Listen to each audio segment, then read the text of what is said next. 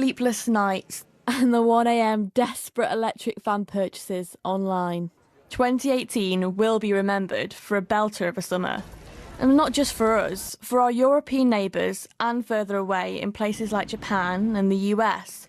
It's been pretty unusual to have so many heat waves going on at the same time. And whilst most of us have been enjoying the unusually hot weather, oh, this is absolutely wonderful. It's also had some devastating consequences globally. So, what has been causing it?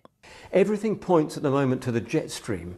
That's this high altitude band of wind that flows around the world, governing our weather. And at the moment, it's behaving in a rather strange way. It's looping with a series of big meanders. And if you're on the south of the jet stream, which we are at the moment, you get hot weather. Way back before we were even thought of, there was another heat wave. If you spent any time visiting the grandparents in the last few weeks, you've probably endured a comparison to the famous summer of '76, aka the Chocky Bit Crisis. We've got news today of a biscuit factory where the chocolate biscuits have been really slithering off the production line. It kind of seems like this is happening more and more, right? Is global warming to blame?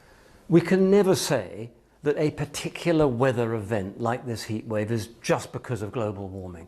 What you can say, what the science allows you to say, is that the world is warming, that makes certain things more likely, heat waves more likely, and certainly the latest research suggests that in the decades ahead, heat waves will become more common. So weather is more like what you get when you stick your head out the window and see if it's sunny or rainy, and climate is the kind of weather you get over long periods of time. How long exactly? Over a 30-year period. Thanks, David. But what does that make this? Remember the beast from the east?